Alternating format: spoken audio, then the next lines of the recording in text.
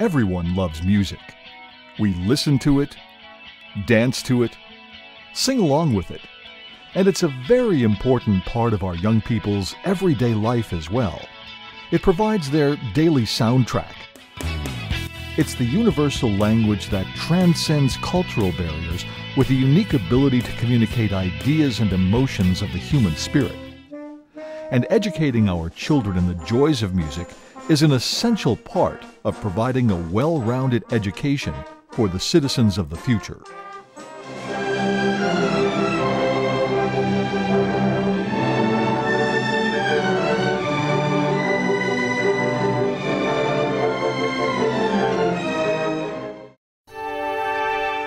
Our world is changing rapidly, with tremendous strides in technology, the ever-growing complexity of international commerce, and the need to communicate effectively.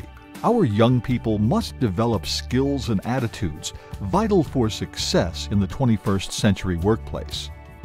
Students today need to learn things like teamwork, organization, time management, group problem solving, and leadership. But where and how do they acquire such important and intangible skills? Certainly a strong educational system will help, but many of these essential attributes aren't just learned through core subjects like English, math, and science. Team sports are recognized as one source. Another is participation in collaborative fine arts like drama, dance, band, chorus, and orchestra. If you ask students when they're finished with school, what do you remember? What do you like best? What are the memories from high school?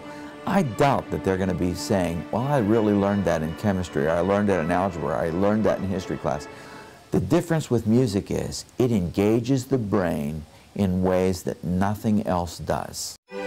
Over a decade ago, a theory stated that listening to music could improve your learning. So is it true then that Mozart really makes you smarter? Well, although experts have argued that there really is no correlation between listening to Mozart and becoming smarter, there is a growing body of research that supports the vital role that music education plays at all grade levels. We're here to plant seeds. We want the students to grow through our program here with a love and appreciation for music. Unlike many traditional teaching methods, music is nonverbal and doesn't force children to struggle with language or cultural barriers.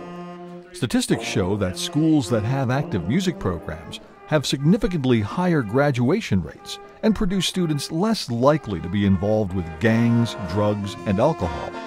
And students receiving classroom instruction in music consistently outperformed other students on standardized tests.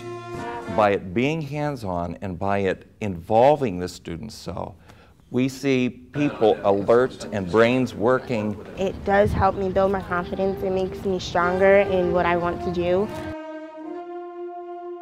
The impact of music on special needs students is just as significant.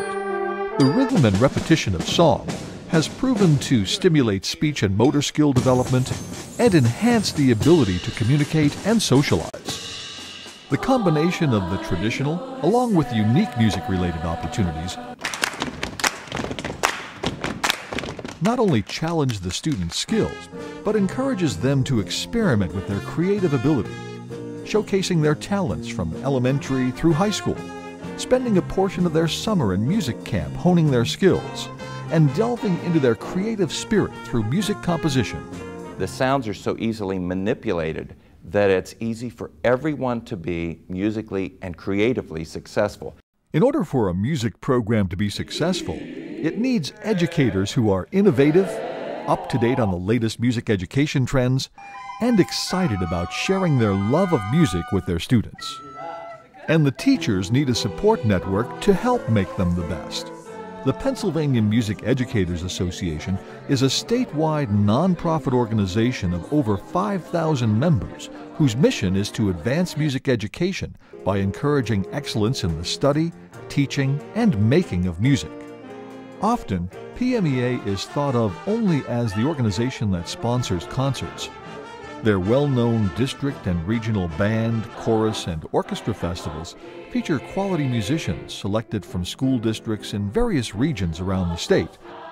They also sponsor middle school and elementary events, including Songfest, which keeps younger students excited about music. But the organization is much more than that. We have state-in-service conferences, and we have a summer-in-service conference that really provides the members with opportunities to keep up on the latest things. You know, the only constant in life is change, and music has changed a lot over the years. And the reason why parents, administrators, educators, and the community come together in support of music education is because of the kids. Well, I just never thought of music as like playing music. I liked listening to it, but I never thought of like me playing an actual instrument. So now when I'm in it, I love it. It's awesome. Yeah, well, everyone makes fun of me about it. Everyone doesn't understand that I could play the violin, and then I'm doing 3 sports a year, and it's kind of hard, but I have to fit it in my schedule. I think it's just better off for to be a well-rounded person. Unlike a science or math teacher who may have a student for 1 year, you get to see these kids sometimes 3, 4, 5 years, and you build a relationship. You actually see them develop with their music. Music education is an integral part of a student's growth and success. But there's a problem that could affect the future of music in our schools. While virtually every state has adopted academic standards for music, only a few have incorporated the subject matter into their accountability system. So the phrase, "what gets tested gets taught," makes subjects like math, science, reading, and English obtain a greater importance in the curriculum. Higher standard test scores mean more funding for local school districts. In many districts, there's such pressure for kids to perform well on these standardized tests that many administrators are taking the position that if we didn't do music, we would have more time to devote to those things. Music and the other arts face more frequent financial and faculty-related cuts than any other classroom program.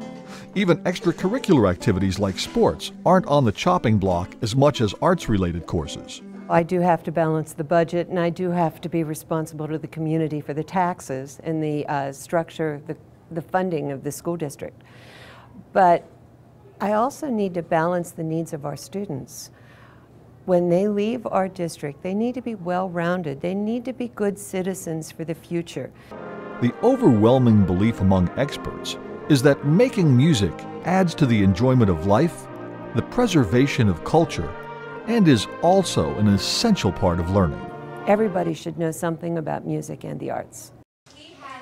To ensure a basic, well-rounded education for all students, the arts, and music instruction specifically, need to be treated as an integral core discipline with the same academic rigor and high expectations as instruction in other subjects.